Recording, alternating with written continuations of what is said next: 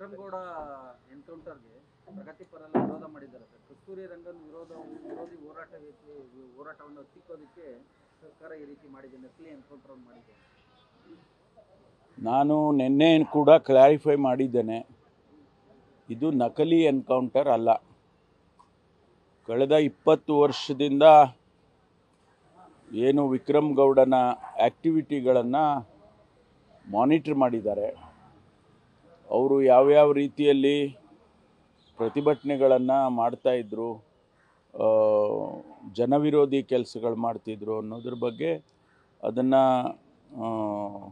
ಎಲ್ಲ ರೀತಿಯ ಮಾಹಿತಿಗಳು ಕೂಡ ಇದೆ.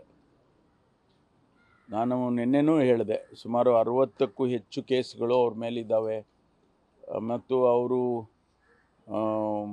ಅನ್ಲಾಫುಲ್ಲಾಗಿ ಅಥವಾ ಪರ್ಮಿಷನ್ನು ಲೈಸೆನ್ಸುಗಳು ಇಲ್ಲದೇ ಫೈರ್ ಆರ್ಮ್ಸ್ ಎಲ್ಲ ಕ್ಯಾರಿ ಮಾಡ್ತಿದ್ರು, ಮೆಷಿನ್ ಗನ್ನು ಅಂಥದ್ದೆಲ್ಲ ಅಂತ. ಅದರಲ್ಲಿ ನಕ್ಸಲ್ ಕ್ಯಾಟಗರಿಗೆ ಬಂದಿದ್ದಾರೆ ಅವರು.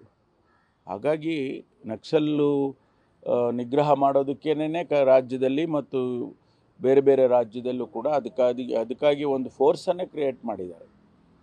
ಒರಿಸ್ಸಾದಲ್ಲಿರ್ಬೋದು, ಕೇರಳದಲ್ಲಿರ್ಬೋದು, ನಮ್ಮ ರಾಜ್ಯದಲ್ಲಿರ್ಬೋದು ನಕ್ಸಲ್ ಆ್ಯಂಟಿ ನಕ್ಸಲ್ ಫೋರ್ಸ್ ಅಂತಲೇ ಕ್ರಿಯೇಟ್ ಮಾಡಿದ್ದೀವಿ.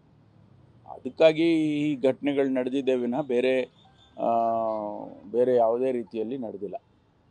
ಈ ಪ್ರಗತಿಪರರು ಈ ರೀತಿ ಟೀಕೆ ಮಾಡ್ತಿರೋರಿಗೆ ತಾವೇನು ಹೇಳಕ್ಕೆ ಇಷ್ಟಪಡ್ತೀರಿ? ನಕ್ಸಲಿಸಮ್ ನಿಲ್ಲಬೇಕು ಅನ್ನೋಂಥದ್ದು ಇದೆ, ಇಂಥವ್ರಿಗೆ ಇಂಥ ಎನ್ಕೌಂಟರ್ಗಳನ್ನ ಅಲ್ಲ, ಅವರೇ ಹೇಳಿದ್ದಾರೆ. ಅವರೇ ಪ್ರಗತಿಪರ ಚಿಂತಕರು ಅಂತ ಏನು ಹೇಳಿ ಇವತ್ತೆಲ್ಲ ಇವತ್ತು ಎಲ್ಲ ಸ್ಟೇಟ್ಮೆಂಟ್ಗಳು ಕೊಟ್ಟಿದ್ದಾರೆ.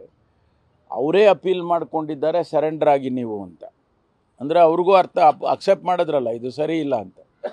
ಅವರೇ ಅಕ್ಸೆಪ್ಟ್ ಮಾಡ್ಕೊಂಡಿದ್ದಾರೆ, ಇದು ಸರಿ ಇಲ್ಲ, ನೀವು ಸರೆಂಡರ್ ಆಗಿ ಪ್ರತಿಭಟನೆ ಮತ್ತೊಂದು ಮಾಡೋದಕ್ಕೆ ಯಾರು ತಕರಾರಿಲ್ಲಪ್ಪ, ನೀವು ನ್ಯಾಯಯುತವಾಗಿ ಪ್ರತಿಭಟನೆ ಬಂದು ಸಮಾಜದಲ್ಲಿ ಮಾಡಿ ನೀವು ಈ ನಕ್ಸಲಿಸಮ್ ಅನ್ನೋದಕ್ಕೆ ನೀವು ಸೇರಬೇಡಿ ಅಂತ ಅವರೇ ಅಪೀಲ್ ಮಾಡ್ಕೊಂಡಿದ್ದಾರೆ. ಹಾಗಾಗಿ ನಾನು ಅವರಿಗೆ ಮನವಿ ಮಾಡೋದಿಷ್ಟೇ, ಅವರನ್ನು ಯಾರು ಈಗ ಇನ್ನೂ ನಕ್ಸಲರಾಗಿ ಇದ್ದಾರೆ ಅವರಿಗೆ ಮುಖ್ಯವಾಹಿನಿಗೆ ತರೋದಕ್ಕೆ ತಮ್ಮ ಪ್ರಯತ್ನ ಕೂಡ ಭಾಳ ಸೀರಿಯಸ್ ಆಗಿ ಮಾಡಿ ಅಂತೇಳಿ ನಾನು ಕೇಳ್ತೀನಿ. ಯಾಕೆಂದರೆ ಹಿಂದೆ ನಮ್ಮ ಜಿಲ್ಲೆಯಲ್ಲಿ ಆಂಧ್ರ ಬಾರ್ಡರ್ನಲ್ಲಿ ಪೀಪಲ್ಸ್ ವಾರ್ ಗ್ರೂಪ್ ಅಂತ PWDG ಅಂತೇಳಿ ಒಂದು ಗ್ರೂಪ್ ಇತ್ತು. ಅವರು ಇದೇ ರೀತಿ ನಕ್ಸಲಿಸಮ್ನಲ್ಲಿ ಅವರು ತೊಡಗಿಕೊಂಡಿದ್ರು.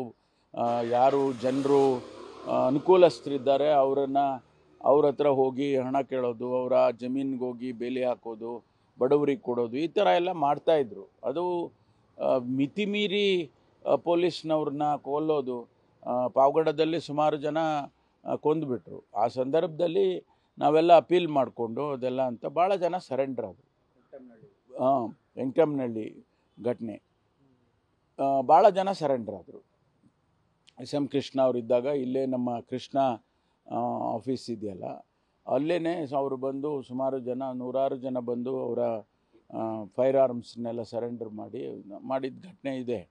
ಅದೇ ರೀತಿ ನನ್ನ ಈ ಪ್ರಗತಿಪರ ಚಿಂತಕರು ಅವರೆಲ್ಲ ಸಹಾಯ ಮಾಡಿ ಅವರನ್ನು ಮುಖ್ಯವಾಹಿನಿಗೆ ತರೋಕ್ಕೆ ಪ್ರಯತ್ನ ಮಾಡಿದರೆ ಭಾಳ ಒಳ್ಳೆಯದು ಅಂತೇಳಿ ಹೇಳಕ್ಕೆ ಬಯಸ್ತೀನಿ. ನ್ಯೂಸ್ ಫಸ್ಟ್, ನಿರ್ಭೀತಿಯಿಂದ ನಿಮ್ಮ ಪರವಾಗಿ.